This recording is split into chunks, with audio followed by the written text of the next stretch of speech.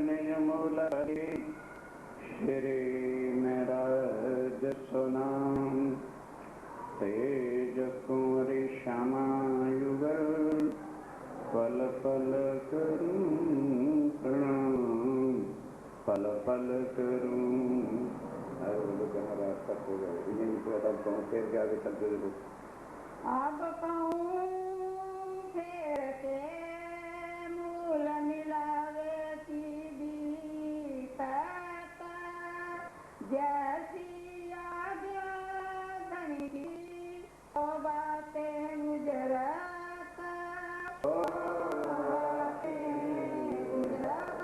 पहले मूल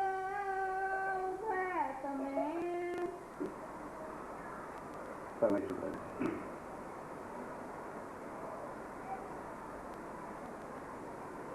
पहले मूल अद्वैत में अब श्री राज महाराज व धाम के धनी पार ब्रह्म सच्चिदानंद स्वरूप अक्षरातीता स्वामी श्री प्राणनाथ जी महाराज। अब हम सुंदर सा जो मैं आया मैं आकर के सब कुछ भूल गए। अब फेर करके उस मूल मिलावा परमधाम की बात को बता रहे हैं कि उस मूल अद्वैत में जहाँ तत्व सबका एक है, लीला सबकी एक है, वहाँ पर क्या हुआ? जहाँ की भूम जो है इष्टमयी आनंदमयी है, क्योंकि वो सच्चिदानंद स्वरूप पारब्रह्म का है, तो लीला आनंद ही आनंद की है। इस ब्रह्मांड का नाम है कालमाया का ब्रह्मांड, और मालिक कौन है? आदि नारायण महाविष्णु, और लीला क्या है? दुख ही दुख की होती है। एक बार मुंह के कह लेने से शायद कभी याद रह जाए, आप लोगों को बेइज्जती लगती है, दोहराना भी। इसके आगे कौन सा ब्रह्मांड है? योग माया का। लीला वहाँ अखंड है और मालक अक्षर। उससे आगे जो ब्रह्मांड है प्रेम ही प्रेम, एक तत्व एक रूप आनंद का है, और इसलिए वहां पर लीला भी अद्वैत होती है। जहाँ अद्वैत की भूमिका इष्टमयी है, अब वहाँ कोई बात भी होनी है तो प्रेम की ही होनी है, प्रेम के अंदर ही रब्द हुआ। तब उस रबद को, वार्ता को मिटाने के लिए आप हक श्री राज महाराज अक्षरातीत का हुक्म हुआ। इस खेल को देखने के लिए दो के दिल में चाहना पैदा हुआ। अक्षर ब्रह्म तो इस खेल को बनाता मिटाता था, उसकी चाहना इसको देखने के लिए नहीं हुई। उसने परमधाम की जो लीला थी जिसको वो कभी देख नहीं सकता, क्योंकि राज्य का सत अंग है, और परमधाम की लीला क्या है? आनंद की है। तो उसने कहा कि हे मेरे धनी, जो आप आनंदमयी प्रेम की लीला अपनी आत्माओं के साथ करते हो वो मुझे दिखाओ। तो सखियों ने क्या मांगा? वो आनंद की लीला तो करते ही हैं। उन्होंने कहा धनी रोज आप कहते हो दुख की लीला अक्षर ब्रह्म बनाता मिटाता, हमें वो दिखाओ। दोनों के उलट दोनों ने जब मांगा तो राजी ने कहा ठीक है, दोनों को वहां ले चलता हूँ, दोनों की इच्छा पूरी हो जाएगी। सबसे पहले कहाँ आए थे? भूल गए, सो जाओ। पहले कहाँ आए थे? ब्रज में। तो उसमें पहले क्या लीला की? सखियों को भुलाने की। कहा था कि मैं तुम्हारे साथ रहूंगा, तुम मेरे तन को देख के पहचान ना सकोगे। और 11 साल सुंदर साजी को चीज होती है।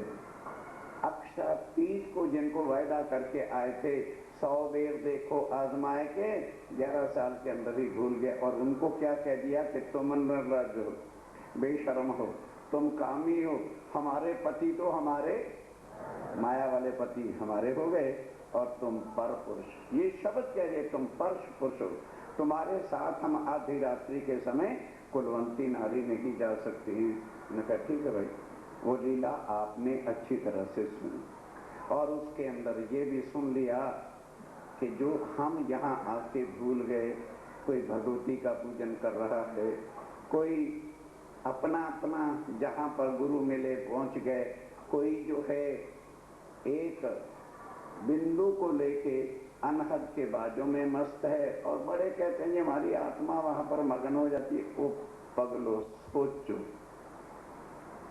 आत्म एव परमात्मा। तो आत्मा अनहद बाजों की आवाजें सुनकर के मगन हो जाएगी, वो जीव मगन होता है, क्योंकि जीव की उत्पत्ति निराकार से है। जब वो उन्हीं ध्वनियों को सुनता है तो उसी को परमात्मा का रूप समझ बैठा है, जो बिल्कुल महाप्रलय में नाश। और त्रिदेवा ने खुद आपको कल अच्छी तरह से बताया, राम ने कहा कि शंभु विरंच विष्णु भगवाना उपजय जासों अंशते, मेरे जैसे आंखों जन्मते और मरते हैं।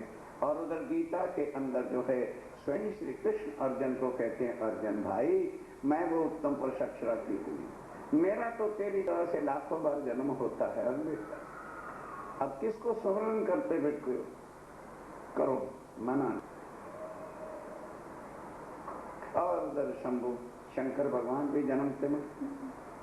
और फिर ये जो भगवती जिसको संसार की माता दाती ओ जगराते कर रहे हो, हर युग बीतने पर लक्ष्मी को नया तन धारण करके वैकुंठ में जाना पड़ता है। अब दुनिया करे क्या? क्योंकि दुनिया को संसार चाहिए, माया चाहिए, बच्चे चाहिए, कलक्टर चाहिए, शरीर की शाने चाहिए, धन चाहिए, बस और कुछ नहीं। और इसको भोगने के बाद आवागमन का चक्कर। पर दुनिया करते भी क्या?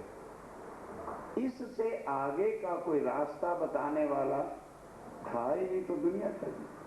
इसलिए उन्होंने इन्हीं को ही परमात्मा मान करके आज दिन तक रखा।